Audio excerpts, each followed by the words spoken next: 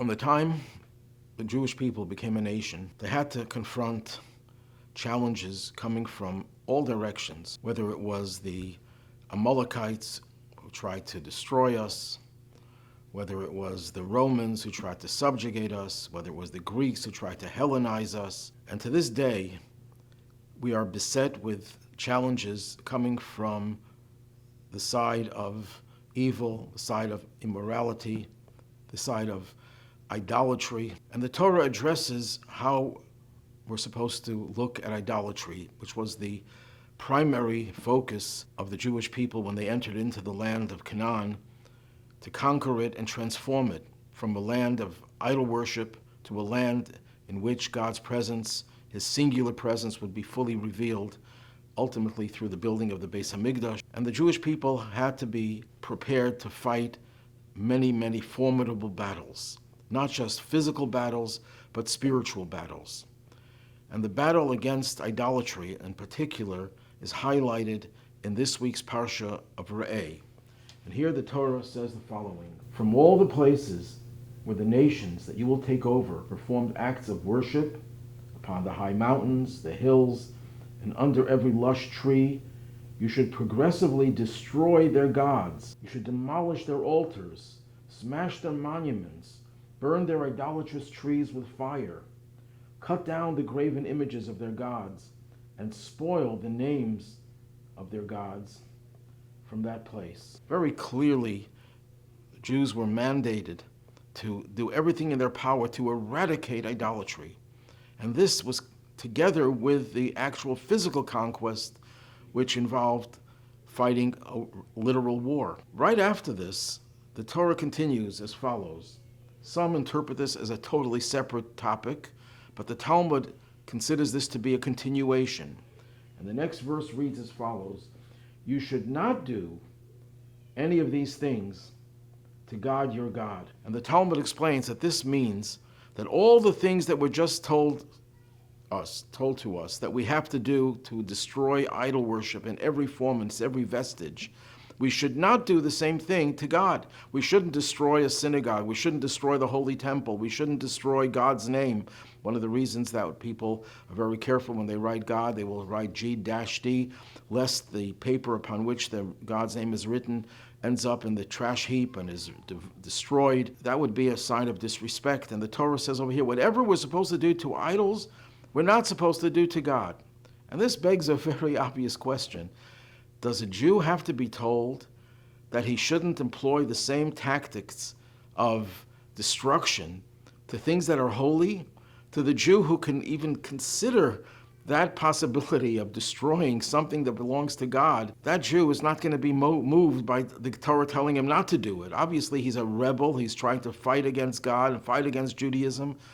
And he doesn't care what you tell him, that that's not what God wants us to do. It's obvious that God doesn't want you to destroy godly things. So there must be a deeper meaning. In addition to the literal meaning, there must be something more here. And indeed, I think there's a very, very powerful message over here. When a person is engaged in negative behavior, justifiable negative behavior, mandated by the Torah, moreover, something that we are required to do, as the Jews were required upon conquering the land to destroy the idols and everything that was related to idol worship. That's true. But the danger is always that when you are a fighter, when you are a iconoclast, when you're destroying evil, that the negative, rebellious, militant attitude can become ingrained in our personalities. And then what happens is that we turn that negativity against things that are positive, or we become very negative in our whole demeanor and our whole attitude towards other people. Yes, many people have come to the truth of Judaism through rebelliousness, by rebelling against the mores of society today, the secularism, the paganism, the hedonism, and all the ills of society that young people, since the 60s onward, have protested and rebelled against. They started a real revolution, transforming the Jewish landscape with hundreds of thousands of Jews who were previously not observant, and now they are observant and they raise children and grandchildren that follow in their footsteps. But there's always a danger, because what motivated them to come close to Judaism was a spirit of revolution, of rebelliousness. This can become ingrained in them, and that becomes part of their personality, second nature to them. And then they can turn the same revolutionary spirit against positive things. I've seen this in many people who were revolutionaries in a positive way, but still it's a negative attitude, justifiably so, but they turn that against the people who brought them close to Judaism. They turn that against people who are part of the establishment, people who are there to destroy establishment, whether the establishment is evil, whether the establishment is good and holy. And that's what the Torah is trying to tell us. Yes, you have to fight evil, no question about it. We cannot just allow evil to go unchecked and unchallenged. And we have to use sometimes very drastic measures in the combating of evil. But don't allow the evil to become your second nature. Don't allow that to become who you are. Don't let it define us. Moreover, yes, there are times that we have to fight evil.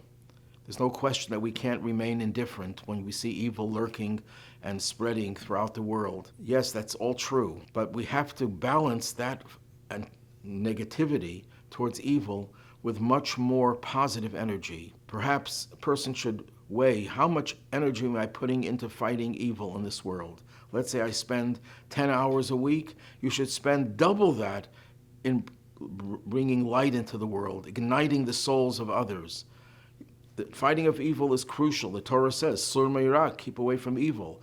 But what comes after that, V'asei Tov, and do good, has to be much more than the amount of energy we put into fighting evil. We are living now at the cusp of the Messianic age, and our teachers of Hasidus have taught us that evil has essentially been vanquished. And you say, what? How could we say that evil was vanquished? We see so much evil in the world today. Look what's going on, the wars, the hatred, the division, the suffering and the pain, and all the other evils that haven't disappeared. And the answer to that is, as we discussed in many of our messages, that when God created the world, evil and good were separate forces. When Adam and Eve partook of the forbidden fruit, they caused the intermingling of good and evil. And that evil survives only because it siphons off energy from the good. And the good is imperfect, and the evil has a tinge of positivity in it. There's an admixture of good and evil. With every mitzvah that has ever been performed by any human being from the beginning of time until the present, we chip away at that evil. The evil is removed, eliminated, and the evil gets weaker and weaker.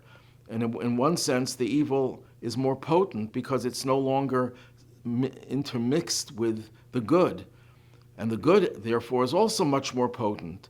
So we're living in an age when the evil and the good are very strong, but there's a major separation, and the evil is gradually going out of existence, and that's why it's putting up its last stand. In this age, where the fight against evil has become much less pronounced because the evil's mixed intermingling with good has become separated, therefore, we should certainly put much more focus on bringing light into the world, in addition to the fact that a little bit of light dispels a lot of darkness. So that's the best way of getting rid of evil, through more mitzvahs, more good, more positivity. But in addition to that, the challenge with evil has changed dramatically from the way it used to be, and we should certainly put much more emphasis on doing good and not allow the negative attitude towards evil to become part of our personality. Our personality should be defined by our light, by our soul's love and passion, even as we still have the need to deal with the negativity in the world. But that should not be what defines us.